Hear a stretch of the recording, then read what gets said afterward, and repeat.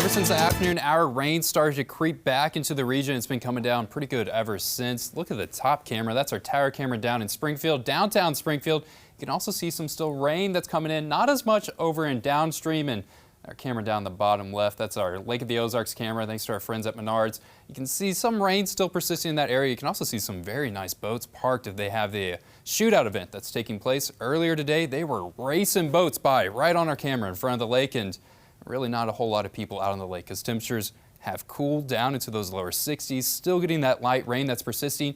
Even some rumbles of thunder that you can hear every so often, but nothing enough to really make me concerned about severe weather chances. Not expecting big hails, not expecting tornadoes, just some good rain that's coming our way. A whole lot colder. 63 degrees is what they're sitting at right now.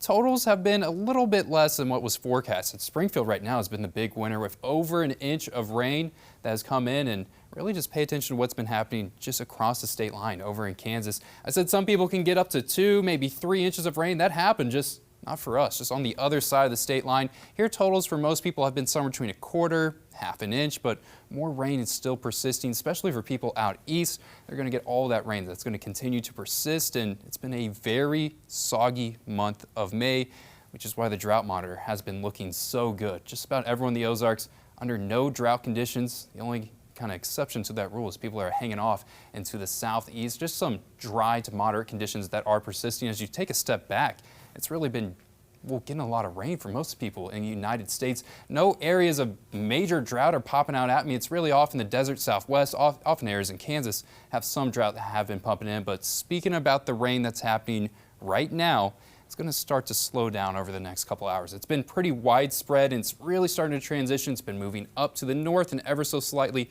off into the east, and it's going to continue to push off to the east and out of our viewing area. By the time Saturday rolls around, we won't have to really worry about too many rain chances that are persisting. I think the heaviest rain is really happening right now. Once we get into the next hour or so, rain's going to start to slow down. It's not going to become as widespread, and we can really start to kind of wrap up this rain process, but it's going to take a while before we can fully push it out, as rain can really linger past that midnight hour, especially if you live off into the east. I think people off to the east still going to get the rain that's going to be lingering. Can even have some more thunderstorms thrown into the mix, but not expecting anything too severe or too nasty for tonight. And by the time we're getting into Saturday morning, the bulk of that rain moving out of our area, going to have some clouds that can linger, can have some showers that are going to linger off into the east for Saturday morning, but look what happens to the clouds. Very, very quickly get out of the way by the time we get to Saturday afternoon. Plenty of sunshine is going to be coming out.